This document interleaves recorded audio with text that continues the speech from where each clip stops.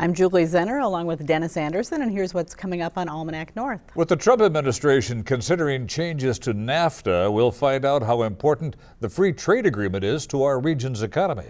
Minnesota's moose population seems to have stabilized, but forest managers are setting long-term goals to improve moose habitat in the North Country. And we'll have the latest from an eventful week in business and bring you a news file story from 25 years ago. It's all coming up on Almanac North.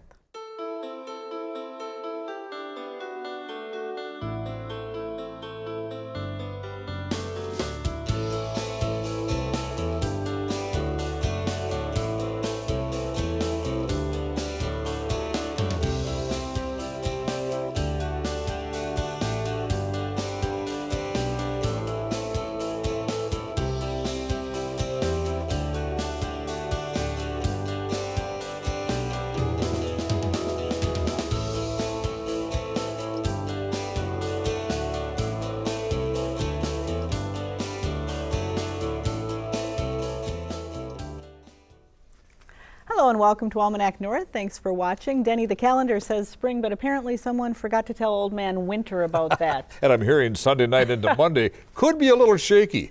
You know, still snow out at my house, so winter's still here as far as I'm concerned. We live in the Northland. Yeah, well, we've got some good heated topics tonight, Yeah, so we let's do. get started. All right, thank you very much, Julie, and welcome everyone. The North American Free Trade Agreement, commonly known as NAFTA, is on life support under the Trump administration.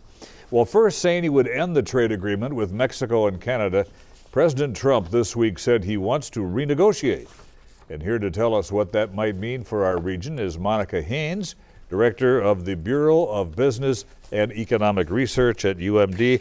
Monica, thank you very much for being here tonight. NAFTA is very important to our region. How so? Well, people might not realize, but Canada is a huge trade partner with Northeast Minnesota. So we have, of course, iron ore. That's one of our greatest exports. And Canada is actually probably the greatest consumer of that export. So we have millions and millions of, hundreds of millions of dollars of iron ore that's being sold to Canada each year. Mm-hmm. And plus the port is a huge travel, that product, so iron ore, timber, other types tourism. of exactly.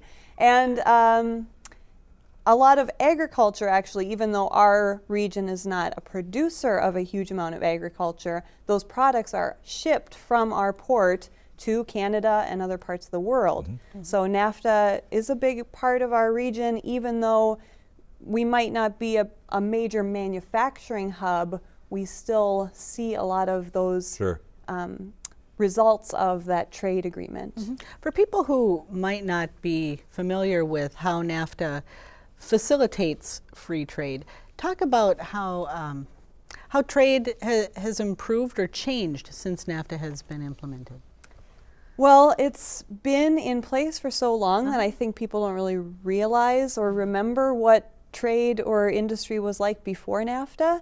I know that across the board, most economists feel that all three countries' economies have just majorly benefited from the agreement. So millions of jobs have been created, a lot of revenue in all sorts of industries, but particularly agriculture, clothing, automobile industry is probably the biggest gainer from the agreement. And so all three countries, I think, as a whole have benefited, even though the U.S. maybe does have a net negative. We import more than we export. Mm-hmm. I think as a whole, most economists feel that it has been a benefit. So we're sending more to Canada than Canada is sending to us? Well, for our region, I'm not sure that that's the case. It depends. We export a lot to Canada. I'm not sure if we as a region are a net importer or a net exporter. The U.S. as a whole does import more than it exports. But it definitely depends on the industry and the product. Understand. So how does that relationship and the opportunity to have that free trade back and forth impact people like those who are watching tonight? Well, I mean, I think a lot of people, of course, if you are a miner or work at the port, you know, it's a very clear, direct relationship. But there are all sorts of people that work in transportation. You know, the railroads obviously are a huge employer, and a lot of people might not realize that Canada actually has more than $1 billion in foreign direct investment in this region. So a lot of Canadian companies have businesses here that they hire. I think our study last summer that we did found more than 3,000 workers in the region were employed here, but working for a Canadian firm. And so those are railroad companies. Enbridge is a Canadian company. The AAR, which is one of the airport industries. A lot of those major employers that have business here and employ local people. Yeah. Now this weekend, President Trump experiences his 100th day in office. Yep. How do you expect Mr. Trump to handle NAFTA going into the future? What are you expecting from him? What do you want to see done?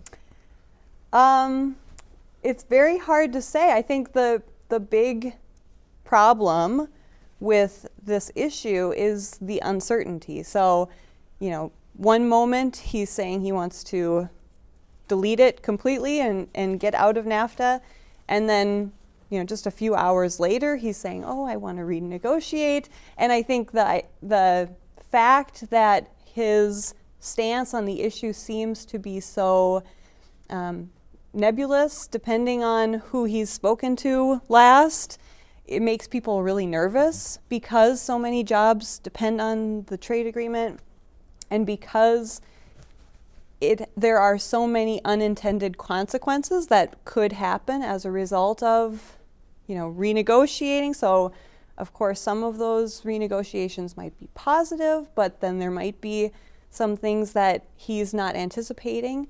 And so for any given industry, I think there's just a lot of anxiety about what might happen as a result, and kind of fear that maybe he's not aware of all of the unintended consequences of that. Do you think that this is the type of an agreement that periodically needs to be looked at and renegotiated? It does seem like there are a lot of industry leaders and a lot of politicians that have been advocating for, you know, looking at the negotiations, especially considering, you know, it has been in place with the same rules for so long. The internet really wasn't even around when it was originally negotiated, so there's a lot of changes that have happened in the world since that time that I think there are people that are open to the renegotiation, but as I said, it makes people very nervous because there's so many potential things with trade that could happen that are unintended. What about the argument that NAFTA has really cost a lot of jobs in our country, because businesses are able to go and get labor a lot cheaper in Mexico than they are here in our country?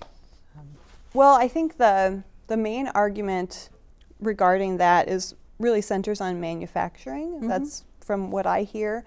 But I believe that most of those manufacturing jobs have not been lost due to NAFTA, but more due to technological advancements, due to just changes in production techniques. And the other thing, even if those jobs, even if NAFTA were renegotiated, there's a global economy now. And so, you know, Canada and Mexico aren't the only sources for a lot of those manufacturing items. So if a tariff or some sort of change is imposed on Mexico or imposed on Canada or on the US, countries have other options now for where they can go. And so the main consequences could just be that consumers end up paying more because they would have to pay for the product to be shipped from further away, or maybe pay a higher price for the original good. So In your research, have you found that there is far more trade with Canada than prior to NAFTA, or was there always a great trade relationship, even before NAFTA? Well, our research was really more of a snapshot in time. So we looked at a few years between 2012 and 2015. We didn't look back prior to NAFTA to examine how trade relationships between the Northeast, Minnesota, and Canada were at that time. Just from my reading on the topic, I do believe that trade has increased dramatically since NAFTA, but I can't speak specifically to our region. You mentioned the global economy, and the president has ordered a probe against China and other countries that have been accused of dumping foreign steel in the U.S. Potentially good news for our region? Yeah, it definitely could be potentially good for the region, but then of course there's always the end products. Steel then costs more, or consumers might be paying more. So there's always a good and a bad with any sort of change in the tariffs or any sort of imposition on a country's product. There's always some consequences. Sure. So either to the industry or to consumers. Okay. Monica Haynes, thank you very much for being with us tonight. Great discussion. Thank you. Thank you. Thanks Thank for you. having me.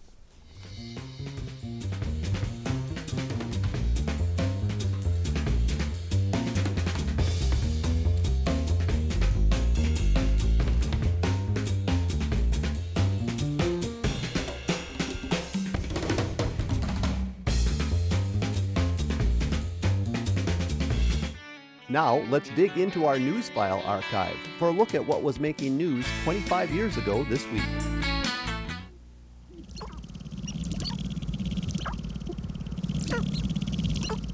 This is where sharp-tailed grouse come out to play on the Iron Range in an old farmer's field near Cook. Their playground is a perfect combination of grasslands and brush.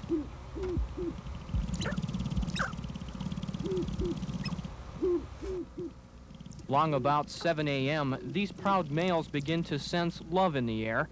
The task at hand is to attract females, and they do it by showing off. Wildlife expert Tom Rush peeks in on the dancing males several hundred yards away. And what they like to pick out is kind of a high spot in the grassland area so that maybe their calls carry a little farther, they're more noticeable to the females, and it's a spot where they can just get up and do their thing. And they do it just a few feet from our camera with the help of this blind. DNR experts set it out more than a month ago, and it's a true window to the wild. We're coming in an hour before daylight, about a half hour before they're getting on the ground, and then we remain quiet, so they pretty much tolerate us being there as long as there isn't a lot of noise or they don't see a lot of movement. Time stands still here on this chilly April morn. For a few precious moments, civilization seems far, far away.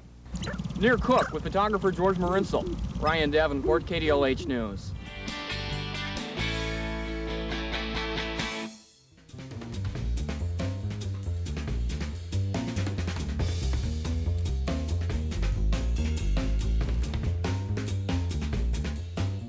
Minnesota's moose population appears to have stabilized this winter following years of decline, but that does not mean the iconic northern mammal is out of the woods.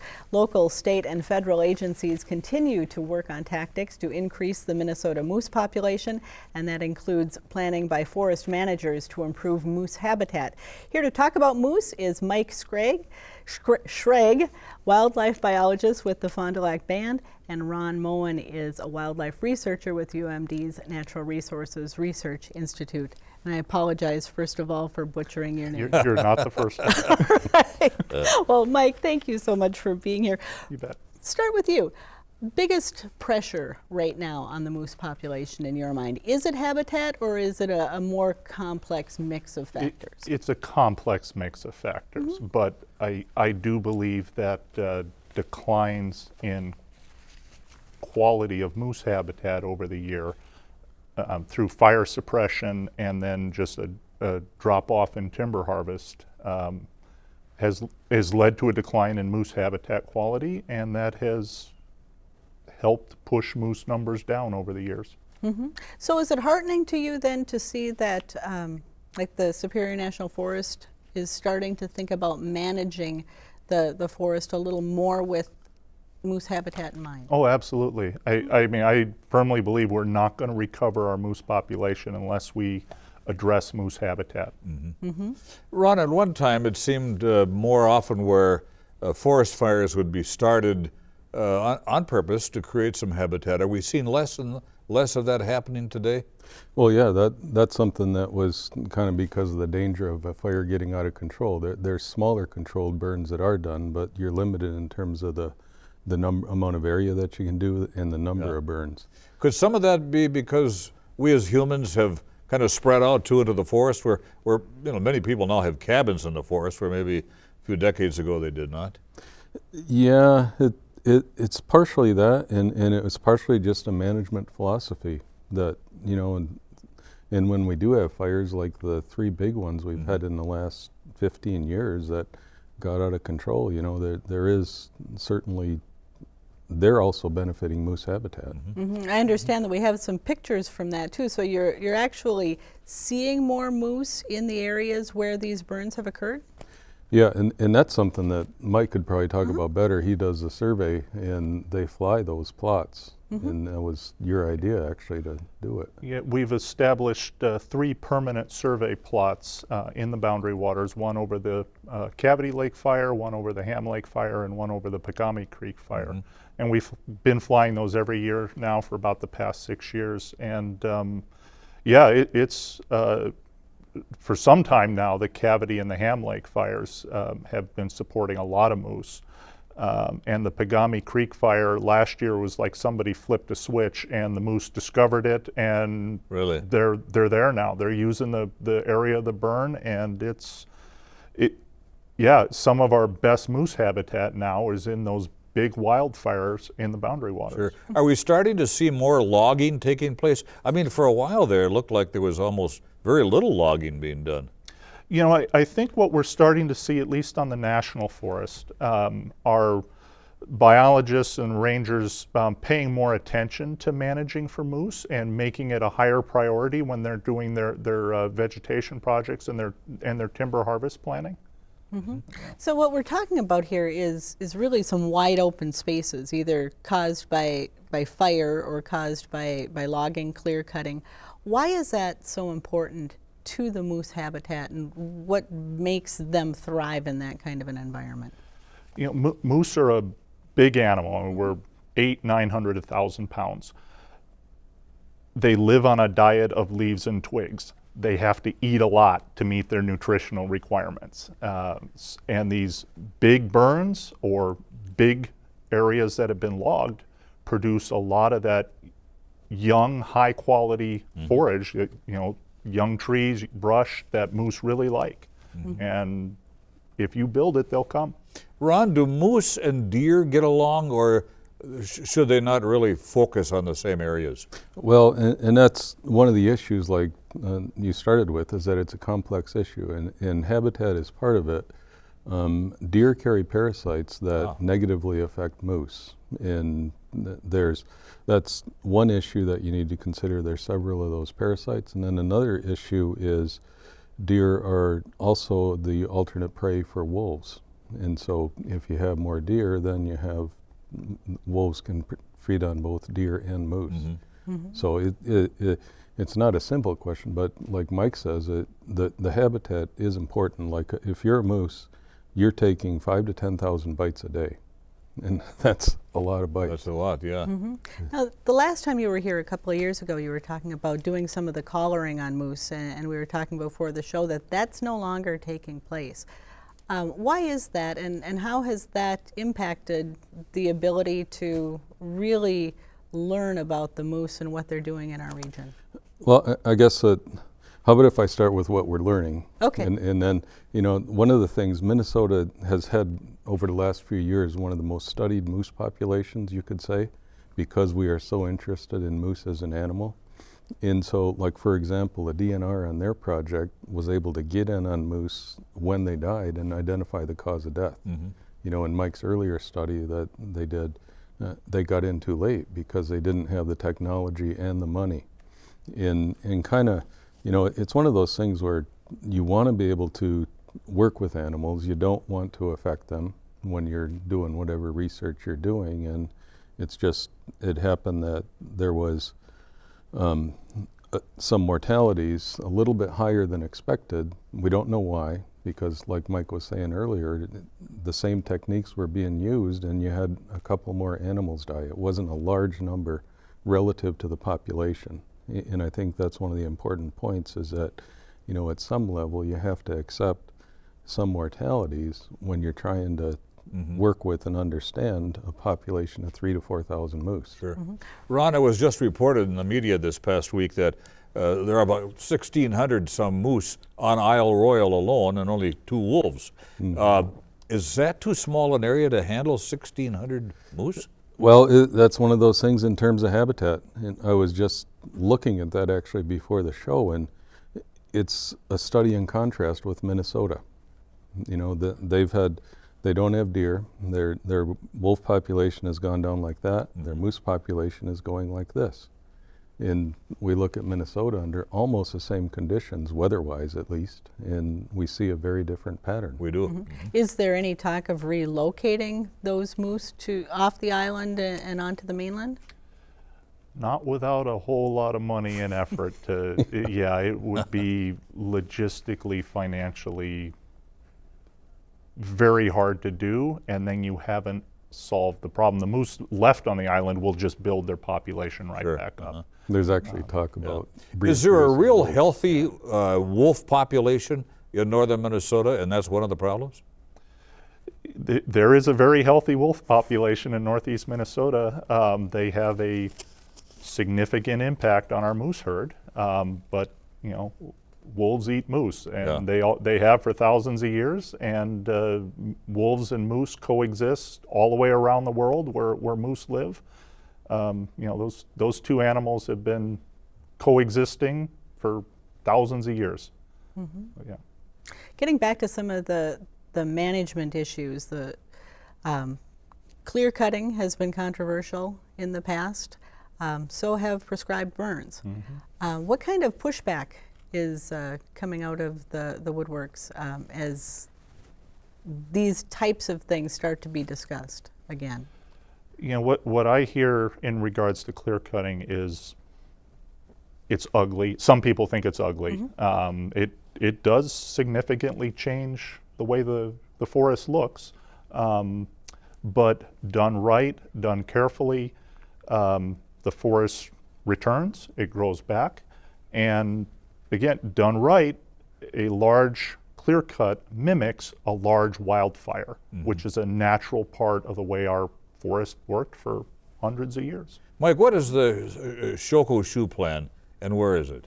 The Shoku-Shu plan is a vegetation management project that the Forest Service is doing in the kind of the mid-Gunflint Trail area in Cook County. And that's, they have a number of these projects in various planning and implementation stages across the forest. It's where they, lay out their plans for doing timber harvest. Some of it's prescribed burns, sometimes for wildlife, sometimes to reduce fuels.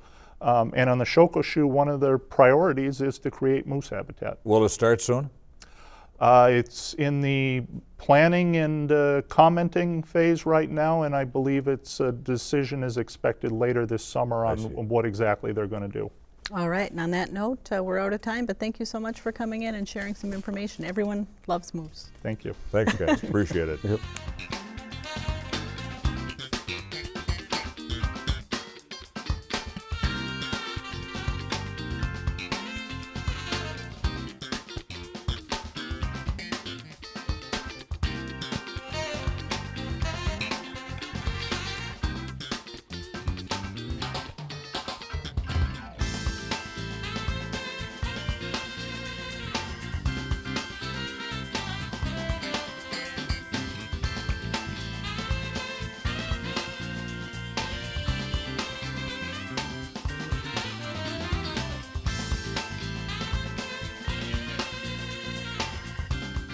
And it's time now for the week's business news from the folks at Business North. A bankruptcy court bid to acquire the former Esser Steel property is being led by companies that hope to create an integrated taconite, direct reduced iron and steelmaking company. The buyer is a consortium of firms that individually have purchased magnetation and an electric arc steel mill in South Carolina. Electric arc furnaces are now responsible for 2/3 of North America's steel production, according to Tom Clark of Chippewa Capital Partners. Clark and his consortium intend to begin meeting the needs of that growing market. The engineering, architecture, and planning firm TKDA has doubled its staff and space needs during the 5 years it has operated in Duluth. On Tuesday, the firm celebrated its growth by holding an open house at its expanded office in the Technology Village. TKDA recently moved from the 3rd floor to the 4th, where it employs 19 people in 10,000 square feet of space. Nationwide, the company employs more than 250, with offices in St. Paul and 7 other cities. A project to remediate an Ashland Superfund site is continuing this summer. During the next 2 weeks, crews are installing sheet pile gravel and rock to accommodate an upcoming wet dredge of wood waste debris and sediment at the site along Chequamegon Bay. About 1,600 tons of gravel will be placed to the east and west of the new breakwater to provide environmental protection in the project area during dredging. For decades, a coal-fired electricity generating plant was located at the site, which is along Highway 53. For more on these and other stories, visit businessnorth.com. If you have a comment about our show, call now. Dial 218-788-2849 to leave a message, or send an email to almanacnorth@wdse.org. You can also always go to the WDSE website when you're looking for the latest program information and updates on station events, like Saturday's Kids Club Circus in Superior. And Denny, that is always a great event. Lots of folks show up for that. The Kids Club Circus is popular for members and their kids. Yeah, I know. They get a good turnout every year and have fun. That's the main thing. That's right. Hopefully the weather will. I hope so too. agree Keep the with snow shovel in. All right. For Denny and the crew here at Almanac North, I'm Julie Zenner. Have a great weekend, everybody. We'll see you next time.